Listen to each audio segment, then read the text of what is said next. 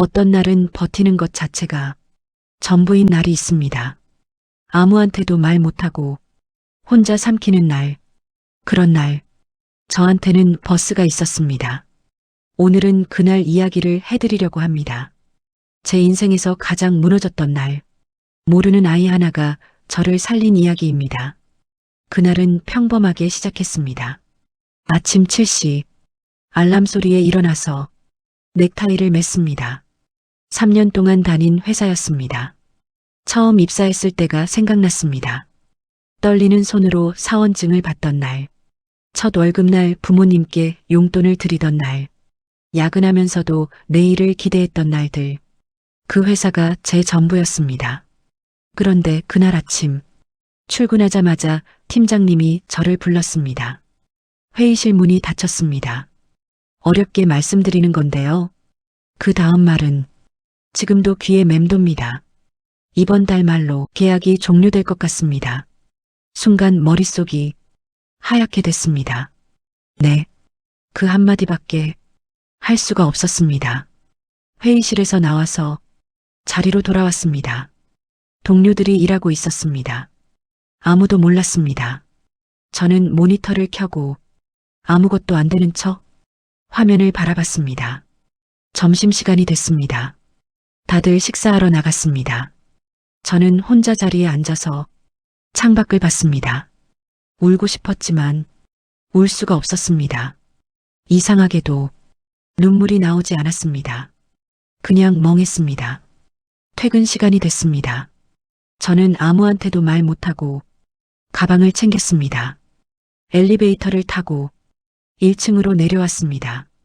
자동문이 열리면서 바깥 공기가 들어왔습니다. 그제야 실감이 났습니다. 다리가 풀렸습니다. 잠깐 벽에 기댔습니다. 전화할 사람을 생각했습니다. 엄마한테는 걱정시키기 싫었습니다. 친구들한테는 말하기 창피했습니다. 여자친구한테는 미안했습니다. 결국 저는 혼자 버스 정류장으로 걸어갔습니다. 버스가 왔습니다. 사람들 사이에 끼어서 올라탔습니다. 빈자리를 찾았습니다. 창가 쪽에 앉아서 이어폰을 꽂았습니다. 음악이 나왔지만 아무것도 들리지 않았습니다. 창밖을 봤습니다. 퇴근하는 사람들, 장을 보는 아주머니들, 손잡고 걷는 연인들, 다들 평범한 하루를 보내고 있었습니다. 저만 세상이 멈춘 것 같았습니다. 그때 버스가 정류장에 섰습니다. 사람들이 타고 내렸습니다. 그 중에 초등학생으로 보이는 아이가 탔습니다. 책가방을 메고 혼자 타는 아이였습니다. 아이는 버스 안을 둘러보더니 제 옆자리에 서려고 했습니다. 저는 창밖을 보고 있었습니다.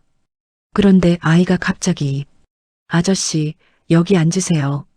라고 했습니다. 저는 깜짝 놀라서 돌아봤습니다. 아이가 제 자리 옆을 가리키고 있었습니다. 자기가 앉으려던 자리를 저한테 양보하는 거였습니다. 저는 손을 저었습니다. 아니야, 괜찮아. 앉아있어. 그랬더니 아이가 고개를 저으며 말했습니다. 아저씨 눈이 슬퍼 보여요. 저는 그 순간 아무 말도 할 수가 없었습니다. 눈이 슬퍼 보인다는 말을 살면서 들어본 적이 없었습니다. 아이는 그냥 보인 걸 말한 거겠지만 저한테는 그 말이 제 안에 있는 걸 전부 꺼내는 말이었습니다. 아니야, 괜찮아. 라고 했지만 목소리가 떨렸습니다. 아이가 그걸 느꼈는지 아무 말 없이 제 옆자리에 앉았습니다. 그리고 잠시 후 작은 손이 제 손 위에 올라왔습니다. 저는 그 손을 내려다봤습니다. 조그맣고 따뜻한 손이었습니다. 버스 안 사람들이 하나둘 쳐다봤습니다. 어떤 아주머니는 미소를 지었습니다. 저는 아무것도 신경 쓰이지 않았습니다. 그냥 그 손이 따뜻했습니다. 그것만 느껴졌습니다. 버스가 달렸습니다. 아이는 아무 말도 하지 않았습니다. 저도 아무 말도 하지 않았습니다. 그냥 그렇게 버스가 달렸습니다. 몇 정류장을 지났을까? 버스가 섰고 아이가 일어났습니다. 저는 아이가 내리는 정류장인 걸 그제야 알았습니다. 아이는 손을 빼면서 저를 올려다봤습니다. 그리고 말했습니다. 아저씨 내일은 눈이 안 슬펐으면 좋겠어요. 저는 그 말을 듣는 순간 가슴 어딘가가 툭 하고 끊어지는 느낌이 들었습니다. 응, 고마워. 겨우 그 말만 했습니다. 아이는 활짝 웃으며 버스에서 뛰어내렸습니다. 문이 닫혔습니다. 버스가 다시 출발했습니다. 저는 창밖으로 아이가 걸어가는 걸 봤습니다. 책가방이 흔들렸습니다. 골목으로 사라졌습니다. 그 순간이었습니다. 눈물이 났습니다. 소리도 없이 그냥 흘렀습니다. 3년이 흘렀습니다. 첫 출근 날이 생각났습니다. 야근하던 밤들이 생각났습니다. 열심히 했는데 라는 생각이 났습니다. 그리고 방금 전 그 작은 손이 생각났습니다. 저는 한참을 울었습니다. 버스 안 사람들이 보든 말든 그냥 울었습니다. 어떤 아주머니가 휴지를 건네줬습니다. 받았습니다. 고맙다고 했습니다. 그것도 고마웠습니다. 집에 왔습니다. 현관문을 열고 불도 안 켜고 소파에 앉았습니다. 한참을 멍하니 있었습니다. 그러다 문득 그 아이 생각이 났습니다. 몇 살이었을까? 어느 학교 다닐까? 집에는 잘 갔을까? 이름도 모르고 얼굴도 이제 기억이 흐릿한데 그 아이가 한 말은 지금도 선명합니다. 아저씨 눈이 슬퍼 보여요. 아저씨 내일은 눈이 안 슬펐으면 좋겠어요. 저는 그날 밤 오랜만에 엄마한테 전화했습니다. 엄마 나야. 응 왜? 그냥 밥은 먹었어? 응. 한참 침묵이 흘렀습니다. 엄마 왜?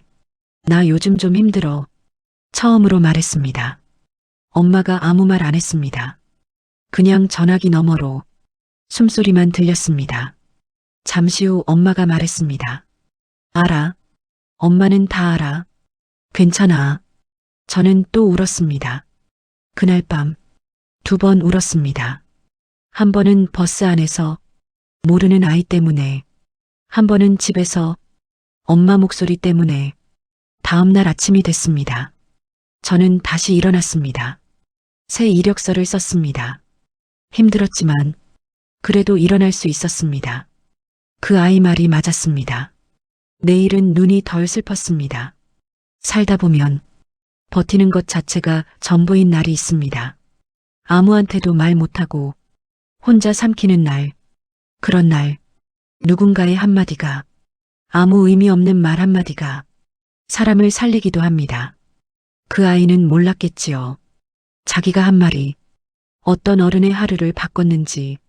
우리도 모르는 사이에 누군가한테 그런 말을 하고 있을 수 있습니다. 오늘 이 영상을 보시는 분들 중에 지금 힘드신 분이 계시다면 내일은 눈이 덜 슬펐으면 좋겠습니다. 그리고 한 가지만 부탁드릴게요. 오늘 하루 주변 사람한테 먼저 말 한마디 건네보시는 건 어떨까요? 별거 아닌 그 말이 누군가한테는 전부일 수 있으니까요. 영상 봐주셔서 감사합니다.